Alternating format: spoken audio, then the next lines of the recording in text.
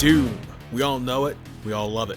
Who doesn't love running through the labyrinthian pits of hell, blowing demons into pixelated masses of meat chunks? It was one of the most influential games of all time, so naturally, it was only a matter of time before Hollywood lathered up their fists in oil and just slammed them right up in there. In fact, they've been trying since the 90s to get this thing done. Failed scripts, no producers interested, the Columbine Massacre, just to name a few of the reasons we were denied a Doom movie with Arnold Schwarzenegger as Doom Guy. Can we just take a minute to appreciate what a Doom movie with Arnold Schwarzenegger would have looked like? If I hadn't already hit puberty by the time this movie came out, my nuts would have dropped harder than like Tesla stock whenever Elon Musk posts anything on Twitter. There were other rumored casting choices, including Van Damme and Vin Diesel, but ultimately Dwayne Johnson was cast. And thus, in 2005, Doom rippin' tore its way into movie theaters. And I saw it. I convinced my grandma to take 13-year-old me to this. I actually paid money to see Doom. The game's really cracked to me at this point. There was no force on earth or heaven that was going to keep me from seeing this cinematic opus on the big screen. I gotta take a dump. What? Now? Unless you want me shitting my pants right here. I'm sorry, Grandma.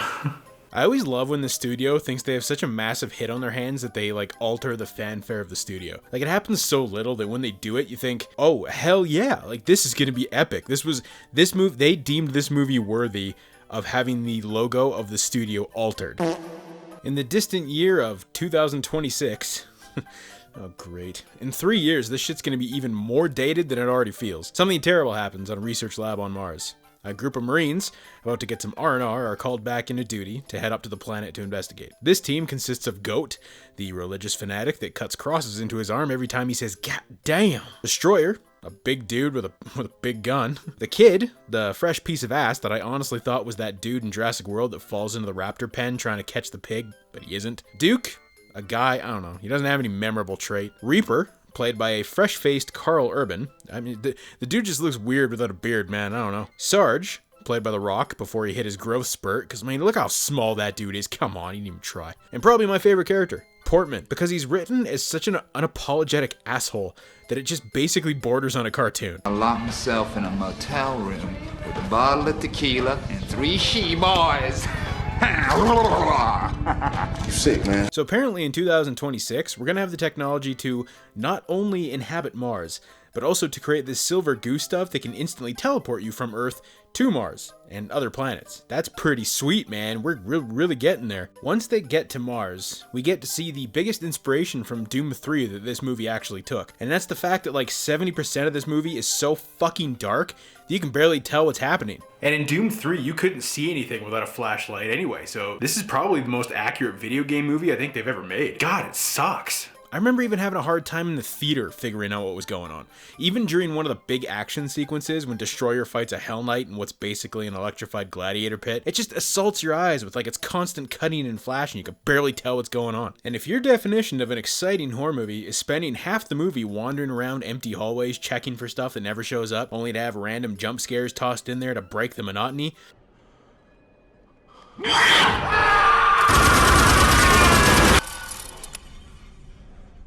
What was that?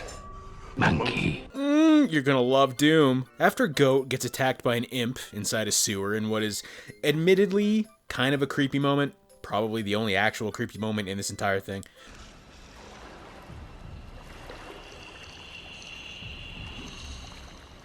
Dr. Willis? We discover that the writers of Doom decided that the game's lore was too far out there, man, for your average audience. So rather than a gate to hell opening up, all these monsters are created by a chromosome mutation that, like, not only just like a chromosome mutation.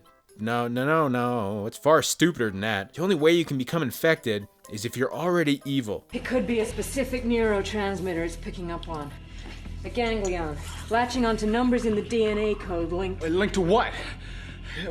Evil? 10% of the human genome is still unmapped. Cool. So it's Resident Evil, but like way more convoluted. It makes sense. The dude who plays Duke was in Resident Evil Apocalypse. Hell, even their guns have as much knockback as the one in Resident Evil did. No. Sir, put it down.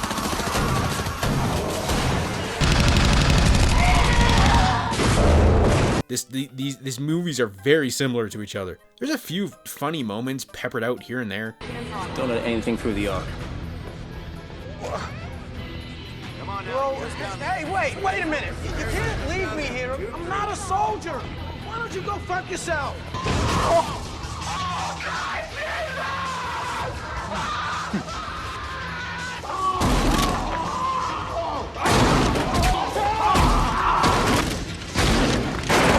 But for the most part, Doom is actually pretty boring.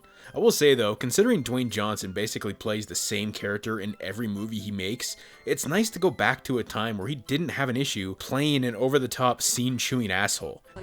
Dr. Carmack's condition is irreversible.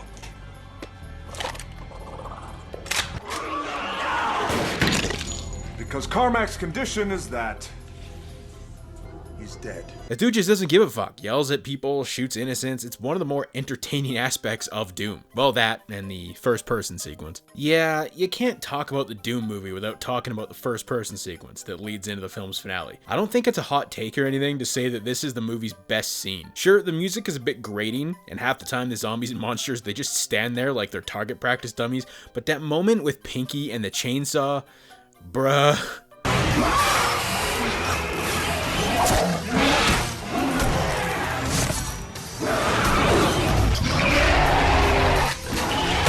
You know what would have been really cool? If they just did the whole movie like this. Hardcore Henry pulled it off, why couldn't Doom? And this honestly would have been a hell of a way to end the movie. But that's not how they ended it. But we still have a shitty superhuman fist fight with the Rock Goblin to get to, so ugh. So the Rock gets attacked by an imp, and he's already been kind of a douche canoe up to this point, so it's plain as day that the dude's gonna mutate. Who thought that, like, capping off a Doom movie of all things, a game synonymous with shooting guns, needed to end with a hand-to-hand combat scene that feels like the mid-level fight they throw into Marvel movies because they need an action scene for filler until we get to the really good action scene? So the Rock Goblin gets tossed through the Arc portal. Carl utters this line. Like the kid said, go to hell. Once again reminding us of what could have been, before lobbing a big-ass grenade, threw it after him, and then the movie ends. And that's 2005's Doom. It bombed. It bombed so hard that even The Rock didn't like talking about it afterwards. And you know, even as a kid, my opinion was the same. Aside from the first-person sequence, which I could not shut up about back then, it really doesn't feel all that much like Doom. And it had so much potential. What's crazy to me is that the two people that wrote this thing, David Callahan and Wesley Strick, they're not terrible writers, according to my 5 minutes of research. This was David's first screenplay, but he would end up going on to write Godzilla 2004, the two Spider-Verse movies, and Shang-Chi. And Wesley worked on stuff like Arachnophobia, and Cape Fear, and Batman Returns. So how the hell did Doom happen? Considering... Man, I'm not even gonna... I don't... On Bartholomew. His very next movie after this was the cinematic masterpiece that is Street Fighter, The Legend of Chun-Li. I don't think this dude was the right one for the job, I'm just saying. And for 14 long years, us Doom fans just accepted that this is the best we were ever gonna get. But then the rumors started. Rumblings of Universal planning a Doom series reboot. And I mean, the 2016 Doom reboot had already come out at this point, so now it was the perfect time to do it. Doom hype was through the roof again. I began to daydream, to ponder. Surely they'd want to get it right this time. Maybe they could go the Hell on Earth route. There's just no possible way. They gotta get it. This is gonna be awesome. In 2015, director Tony Giglio brought the world such classics as 1999's Soccer Dog the Movie and SWAT Under Siege. He approached Universal with a Doom reboot idea, and they were basically just like, how about no? But then a year after that, its Doom reboot reignited the series' name again. And of course, Universal, not wanting to miss out on a few pumps from their cash cow, they greenlit the sequel. And as if it was some bad omen or something, they decided to call it Doom Annihilation. Cause sharing a title with another video game movie sequel that is notoriously just so good, there's no way that could go wrong. So the plot of Doom Annihilation is that a team of Marines, led by a chick named Joan Dark, which may or may not be a half-assed attempt at a reference to Joanna Dark from the Perfect Dark games, I don't know, they head to a research base on Phobos that's experimenting with the gates. Why? Because they got a distress call. Man, this is sure starting to sound a lot like the last movie, doesn't it? Once they get to Phobos, no one's around, and they wander the halls of the research base looking for clues. Eventually, they come across crazed research crew zombies, and... God damn it! It's just gonna be a shittier copy of the first movie, isn't it? Man. It's pretty clear this movie was made without a budget to speak of. Everything it looks so crappy and cheap. It has that same look that a lot of these straight-to-video Universal sequels have. It's hard to explain what exactly that look is, but you can tell when you see it. I hope you like imps though, because that's the only demon in the entire movie. The demon on the cover isn't even in the movie, dude, and at no point do you ever see two imps on screen at the same time, and I just know it's because this streak of butt fudge couldn't afford more than one imp suit. But hey, at least these ones throw fireballs. I honestly think that this is the least notes that I've ever taken for a movie review before, because nothing happens in this thing. I mean, really, I could look back at the notes that I took for the first Doom and just reapply those to this. They even have another BFG scene, except this time, it looks about on par with like a Great Value Nerf gun. Fitting, because they nerfed the shit out of it. Come on, it should have just eviscerated that entire hallway, dude. Eventually, Joan gets thrown into the gate, and she ends up in hell. Yeah, it's actually hell this time. And this is clearly where their budget went, because this is the single best sequence in Annihilation. It almost feels like, you know, like a fucking Doom movie at this point. The CGI isn't even bad. It's actually pretty good here. There's more imps on the screen. There's this other thing. I don't know what that's supposed to be, but this makes me angrier because this scene just shows that they knew what a Doom movie should have been, but instead, we got a rehash of 2005.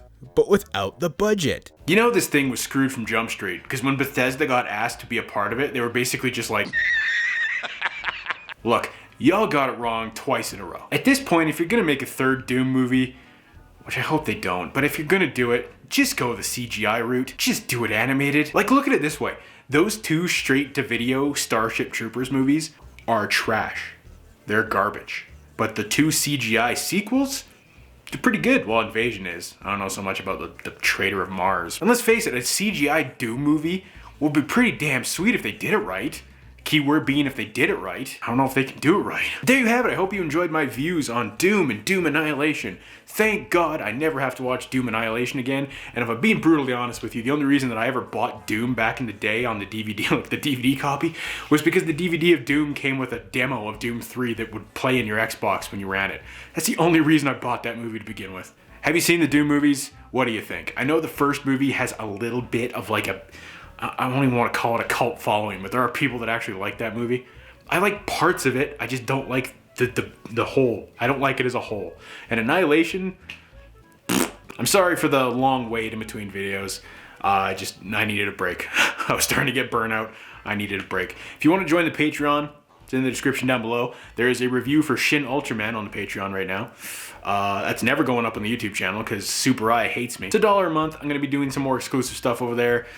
Some more adult content, you know, anime that might be too gory to show on YouTube, movies that might be a little too much to show on here, which is kind of a broad spectrum considering YouTube's new guideline shit that they just did. I'll see you guys in the next video. I hope you enjoyed it. Peace.